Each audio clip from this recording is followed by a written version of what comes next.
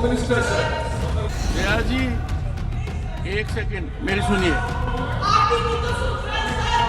Parliament सुरक्षा मामले को लेकर बीते कई दिनों में सदन में लगातार माहौल गरमाया नजर आ रहा है और कई तरह के हंगामे भी देखने को मिल रहे हैं। तो वहीं संसद सुरक्षा चूक पर हंगामे के बाद अब तक 141 सांसदों को निलंबित किया गया है। तो वहीं सांसदों के सामूहिक निलंबन पर गरमाई सपा सांसद जया बच्चन का सदन में उग्र रूप देखने को मिला।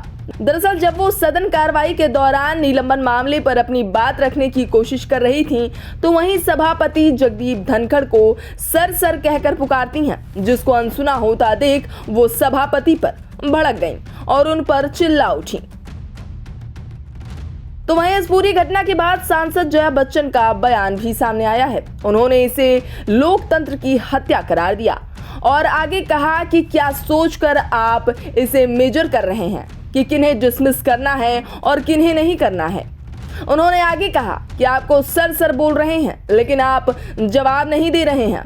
अब मैं आपको मैडम बोलूंगी। इतने एमपीज को आपने कल डिसमिस कर दिया, किसी ने प्लेकार्ड पकड़ लिया था, कोई वेल में चला गया। आज भी उतने ही काफ़ी लोग वेल में गए, आपने उनको क्यों नहीं डिसमिस किया? मैं वही पूछ रही थी चेयरमैन से कि नाप दंड क्या है, क्या सोचकर आप नाप रहे हैं कि इनको डिसमिस करना है, इनको नहीं करना। बोल रहे हैं, चिल्ला रहे हैं, सर हमको बोलने दीजिए। मैंने उनसे यही कहा, सर बोल रहे हैं, आप जवाब नहीं दे रहे, अब आपको मैं मैडम बोलूँगी। अभी क्या करूँ?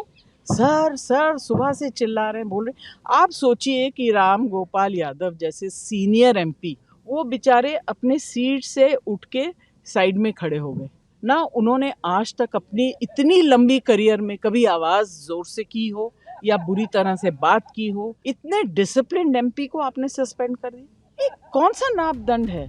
गौरतलब है कि इन निलंबित सांसदों में लोकसभा से 95 और राज्यसभा से 46 सांसद शामिल हैं।